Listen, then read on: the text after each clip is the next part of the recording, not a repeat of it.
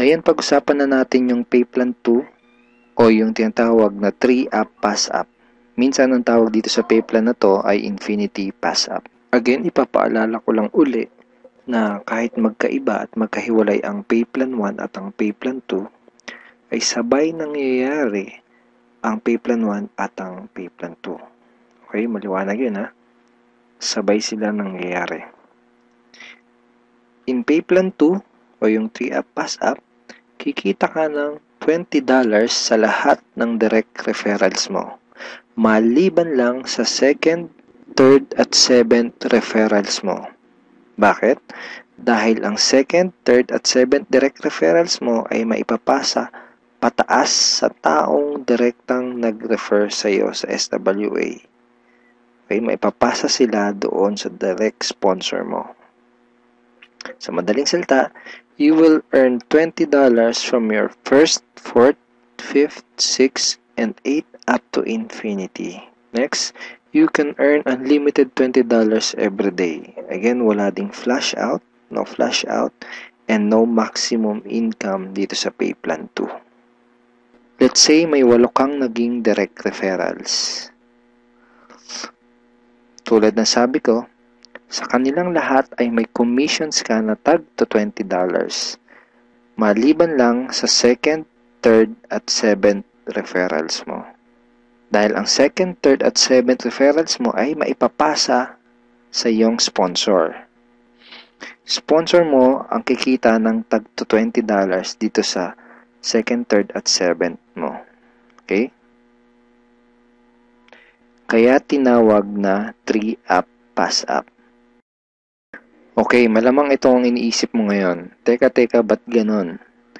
Ikaw yung nagpakahirap at ikaw yung nag-effort, bakit iba yung kumita or nakinabang? Huwag kang mag-alala. Yung pay plan 2 is actually a very powerful compensation plan na malaki ang pwede maging advantage para sa'yo. So, explain ko kung paano yun. Dahil lahat ng direct referrals mo ay gagawin din ng negosyo, lahat sila ay magkakaroon din ng mga referrals. Tama? At dahil ikaw ang kanilang sponsor, sila naman ang magpapasa ng kanilang second, third, at seventh referrals sa iyo. Okay? For example, itong si Mark. Kanyang second, third, at seventh referrals ay maipapasa niya sa iyo. Ikaw ang kikita ng tagto $20 sa second, third, at seventh referrals ni Mark. Okay? Ganon din kay Toby. Yung second, third, at seventh referrals ni Toby ay maipapasa rin sa iyo. Ikaw din ang kikita ng tagto $20 sa second, third, at seventh referrals ni Toby. So, ganon din ang mangyayari kay Fred, kay Diane, etc. Kikita ka ng tagto $20 sa mga second, third, at seventh referrals ng mga direct referrals mo.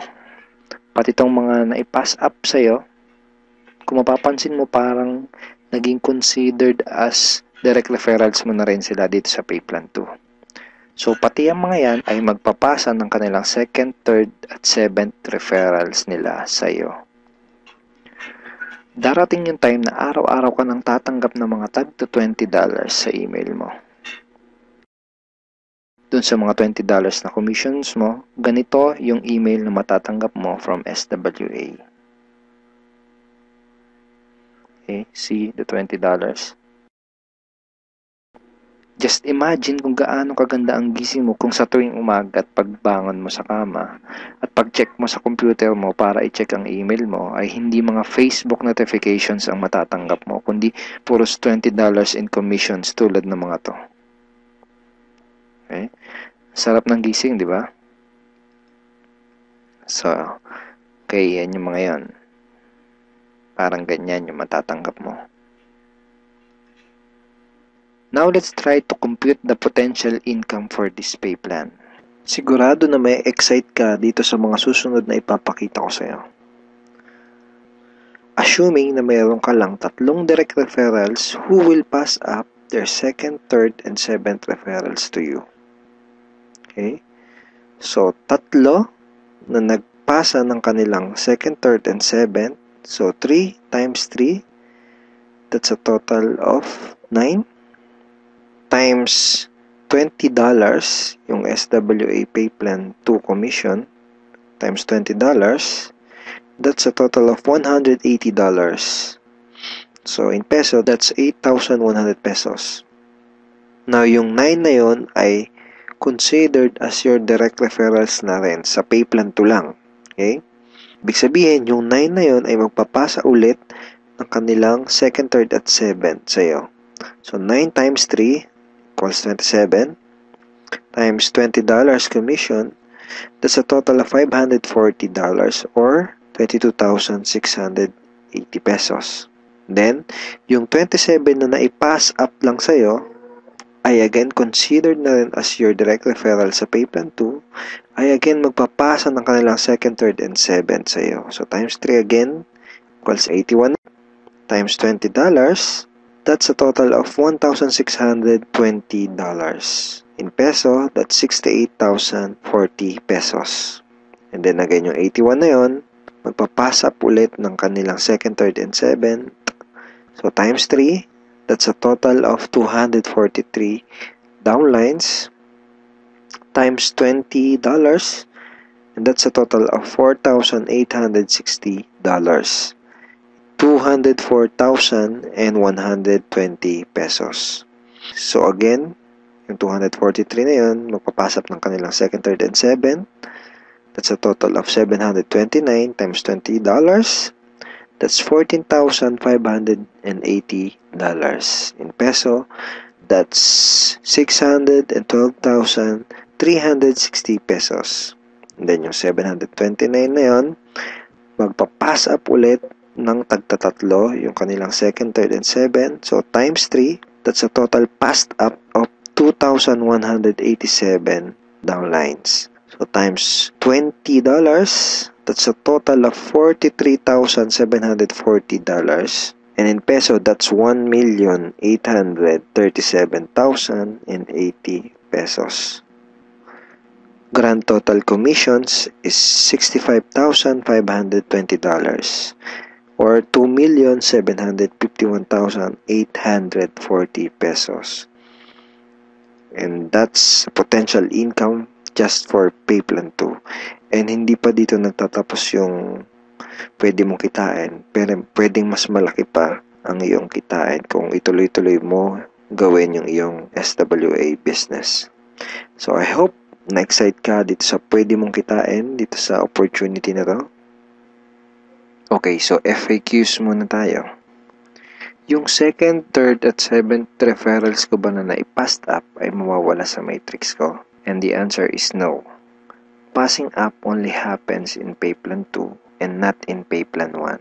So, yung mga referrals na naipapass up, sa Pay Plan 2 lang yung nangyayari at hindi sa Pay Plan 1. All your direct referrals will stay in your matrix and they will always follow you.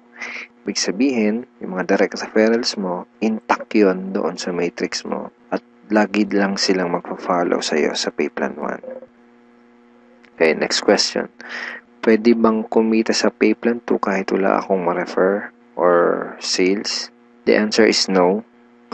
You only make commissions in Pay Plan 2 when you refer someone. Kita ka lang sa Pay Plan 2 kapag may na-refer ka. Or if your direct referrals pass up their second, third, and seventh to you. In other words, hindi ka kikita sa Pay Plan 2 kung wala kang mga direct referrals. Sa Pay Plan 1 lang posible yung pwede kang kumita kahit wala ka pang na-refer. Pero sa Pay Plan 2, hindi yun possible.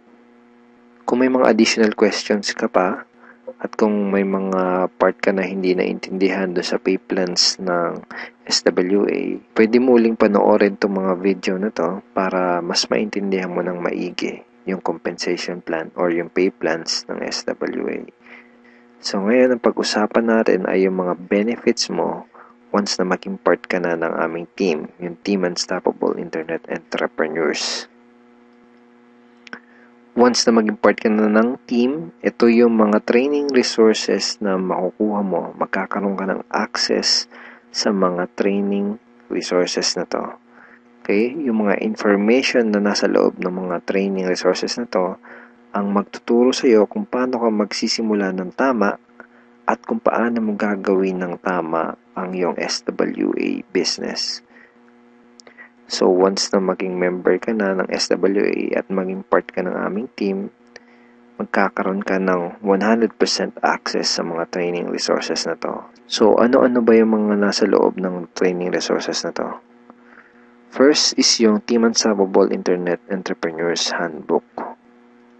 So, ito yan. Ito yung Internet Entrepreneurs Handbook. Nandito sa ebook na to, yung tinuturo namin na 3 strategies of promoting your business on the internet. Bakit 3 strategies? Kasi yung isa pang beginner, yung isa pang intermediate at yung isa ay pang advanced.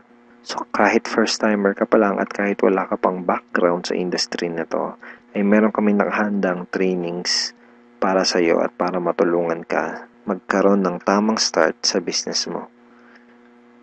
Next is yung how to handle prospect objections. Okay, ito yan. Ito yung loob niyan.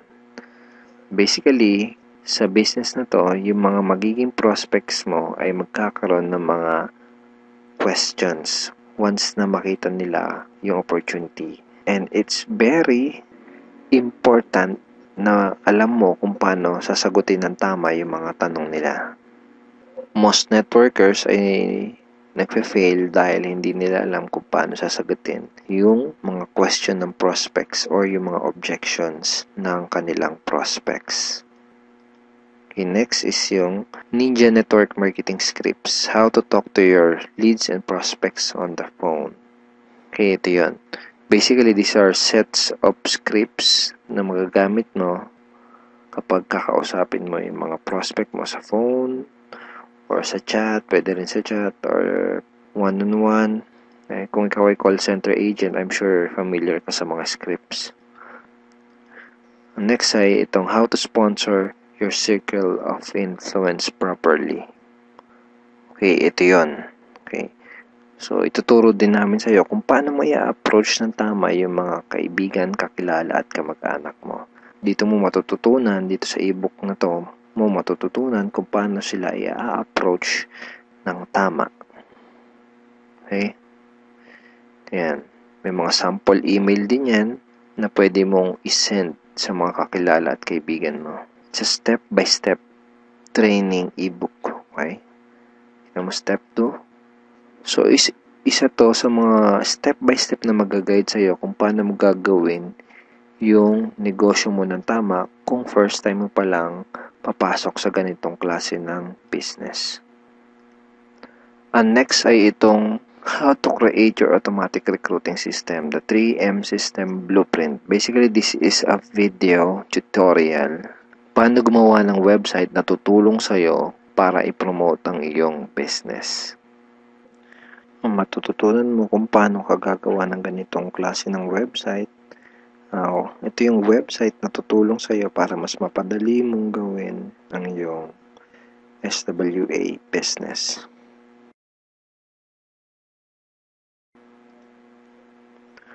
Okay, thank you for watching these videos, and we are looking forward in guiding you and helping you achieve good results and achieve your goals in this online business opportunity. Have a great day and God bless.